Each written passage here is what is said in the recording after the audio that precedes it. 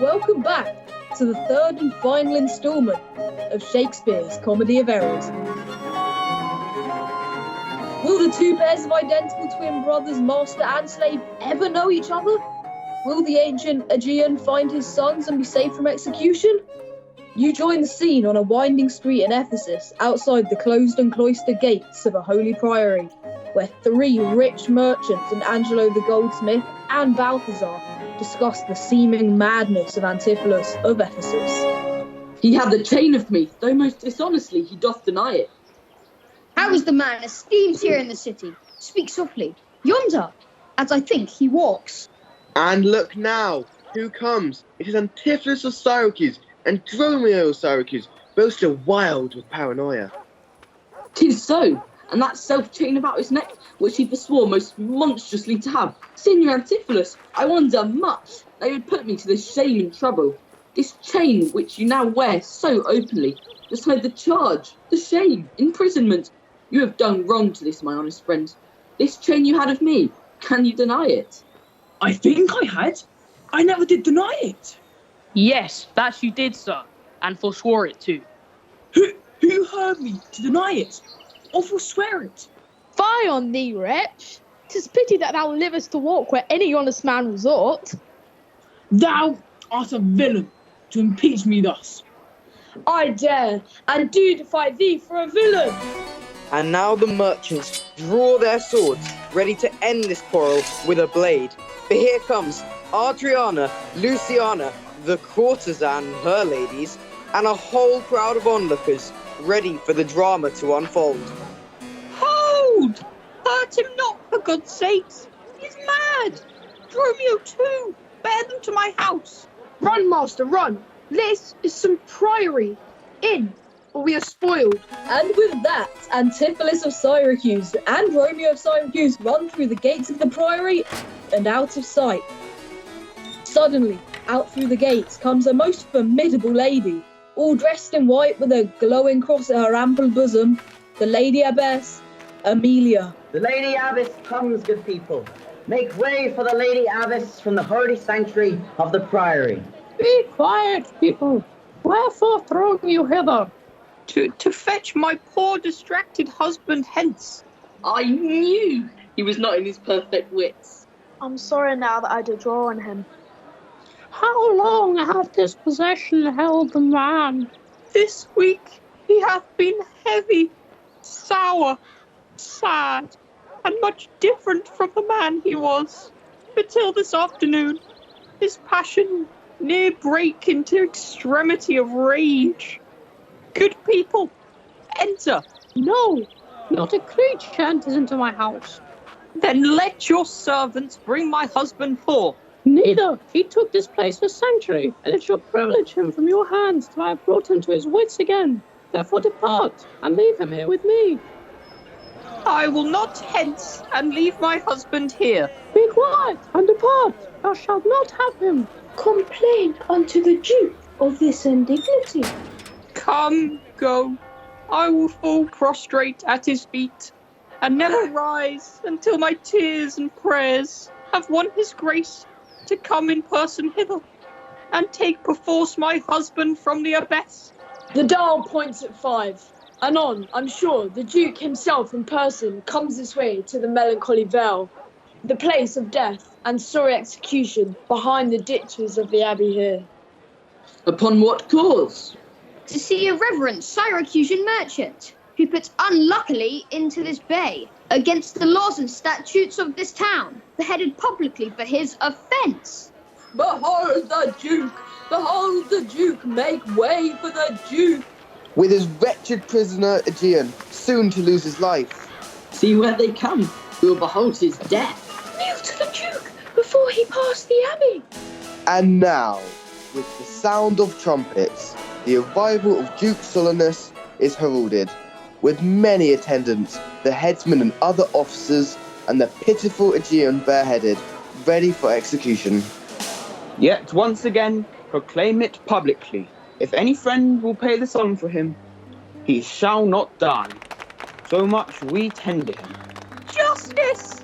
No sacred Duke against the Abbess. She is a virtuous and reverend lady. It cannot be that she hath done thee wrong. May it please your grace, Antipholus, my husband, this ill day, a most outrageous fit of madness took him, that desperately he hurried through the street, with him his bondman, all as mad as he, doing displeasure to the citizens by rushing into their houses, bearing thence rings, jewels, anything his rage did like. Once did I get him bound and sent him home, whilst to take order for the things I went, that here and there his fury had committed. Anon, I would not by what strong escape he broke from those that had the guard of him, and with his mad attendant and himself, each one with ireful passion, with drawn swords, met us again, and madly bent on us, chased us away, till, raising of more aid, we came again to bind them.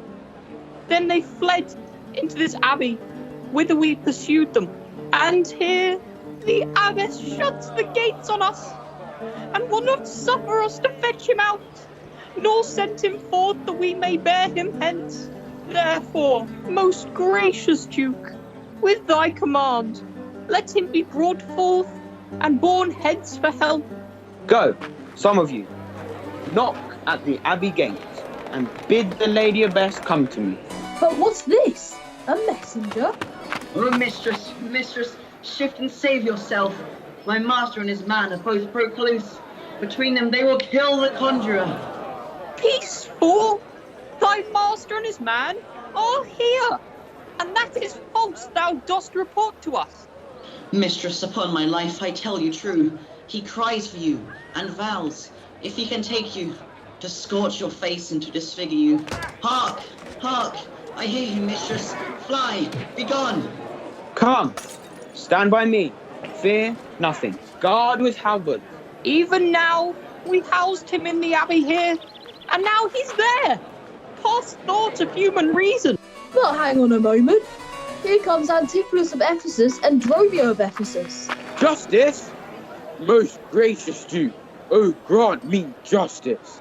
Unless that the fear of death doth make me dote, I see my son Antipholus and Dromio. This day, great Duke, she shut the doors upon me, while she with harlots feasted in my house.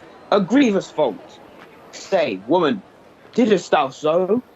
No, my good lord, myself, he, and my sister, today did dine together. She tells your highness simple truth. Oh, perjured woman, they are both forsworn. In these the madman justly chargeth them. This woman locked me out this day from dinner. That goldsmith there, were he not packed with her, could witness it, for he was with me then. He parted with me to go fetch a chain, promising to bring it to the Porpentine, where Balthazar and I did dine together. Our dinner done, and he not coming thither, I went to seek him. In the street I met him, and in his company that gentleman. There did this perjured goldsmith swear me down, that I this day of him received the chain. But God he knows I saw not. For the which he did arrest me with an officer. I did obey and sent my peasant home for certain ducats. He with none returned. Then fairly I bespoke the officer to go in person with me to my house. By the way we met, my wife, her sister, and a rabble more of vile confederates. Along with them, they brought one pinch, a hungry, lean-faced villain, a conjurer, and, gazing in my eyes, feeling my pulse, and with no face, as were out facing me, cries out I was possessed. And all together they fell upon me, bound me, bore me thence, and in a dark and dankish vault at home, there left me with my man both bound together, till, gnawing with my teeth, and bonds in sunder, I gained my freedom, and immediately ran hither to your grace, whom I beseech to give me ample satisfaction for these deep shames and great indignities. My lord, in truth, thus far I witnessed with him, that he dined not at home, but was locked out. But had he such a chain of thee, or no?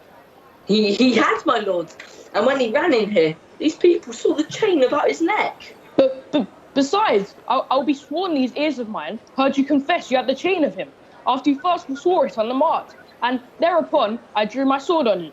And then you fled into this abbey here, from whence, I think, you are come by miracle. I never came within these abbey walls, nor ever didst thou draw thy sword on me. I never saw the chain, so help me heaven. And this is false you burden me withal.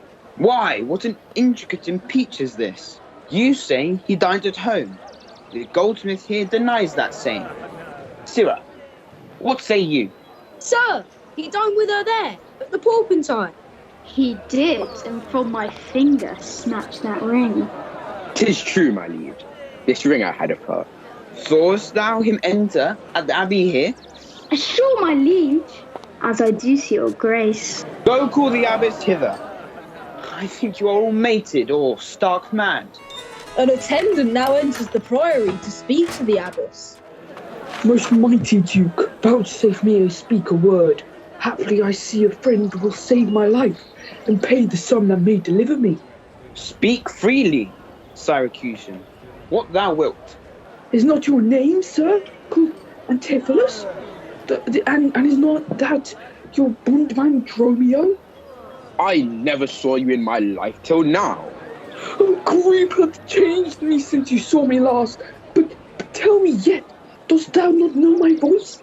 Of time's extremity hast thou so cracked and splitted my poor tongue in 7 short years that here my only son knows not my feeble key or untuned cares? Tell me, thou art my son Antipholus. I never saw my father in my life. But 7 years since in Syracuse, boy, thou knowest we parted, but perhaps, my son, thou shamest to acknowledge me in misery. The Duke and all that know me in the city can witness with me that it is not so. I never saw Syracuse in my life. I tell thee, Syracusan, 20 years have I been patron to Antipholus, during which time he never saw Syracusa.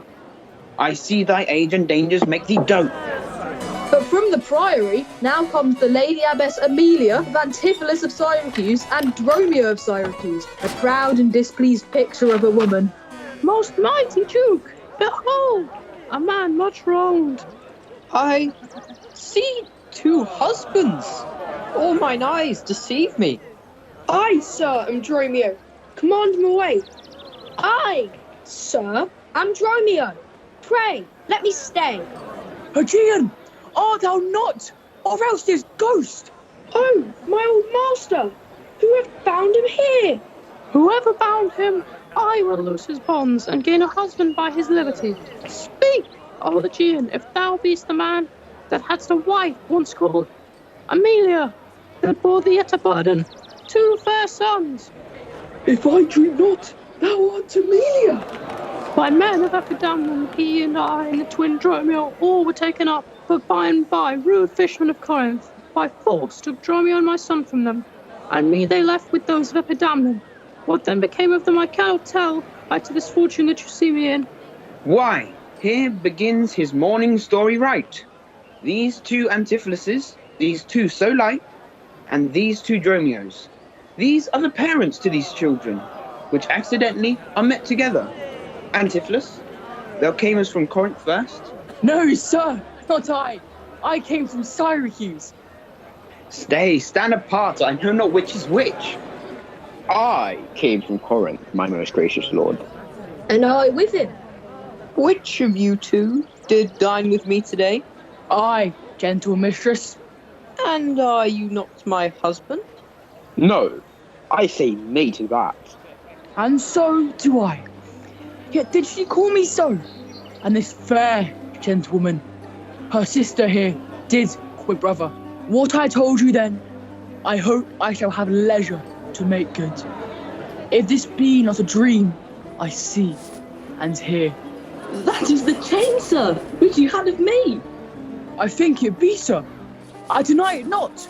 And you, sir, for this chain, arrested me. I think I did, sir. I deny it not. This is completely crazy. I sent you money, sir, to be your bail, by Dromio. but I think he brought it not. No, none by me. This purse of ducats I received from you, and Dromio, my man, did bring them me. I see we still did not meet each other's man, and I was taken for him, and he for me, and thereupon these errors are arose. These ducats point I from my father here. It shall not need. Thy father hath his life. Sir, I must have that ring from you. There, take it, and much thanks for my good cheer. You are most welcome, good sir. The pleasure was all ours. Renowned Jew, vouchsafe to the pains to go with us into the abbey here, and here at large discourse all our fortunes. 33 years have I begun travail of you, my sons, until this present hour my heavy burden never delivered. The Duke, my husband, and my children both go to a gossip's feast, and go with me, after so long grief, such festivity. With all my heart, I'll gossip at this feast. Methinks you are my glass and not my brother. I see by you that I am a sweet-faced youth. Will you walk in to see their gossiping? We came into the world like brother and brother, and now let's go hand in hand, not one before another. And so, we come to the end of our tale. And all is well with the world when the twins are reunited and can become friends. And so concludes Shakespeare's comedy of Errors. You've been listening to Hampton's Lower School podcast production of The Comedy of Errors by William Shakespeare, directed by Laura Moore and featuring Felix Lyon, Edward Karebelnikov-Bull, Shire Elfawojo, Max Cardosi, Adam Gaunt, Sam Spencer, Sam Moshi, Ben Zelzenick, Dan Cubban, Patrick Harvey, Jago Doherty, Matt Lyons, Tom Oliver, Oliver James, Tom Holland, Vishal Saha, Adam Spry, Josh Freer, Finn Gould, Sam Beresford, Milo Band, and Max Irons. This performance was recorded remotely during lockdown and edited and mixed by Spotless Audio. We hope you enjoyed.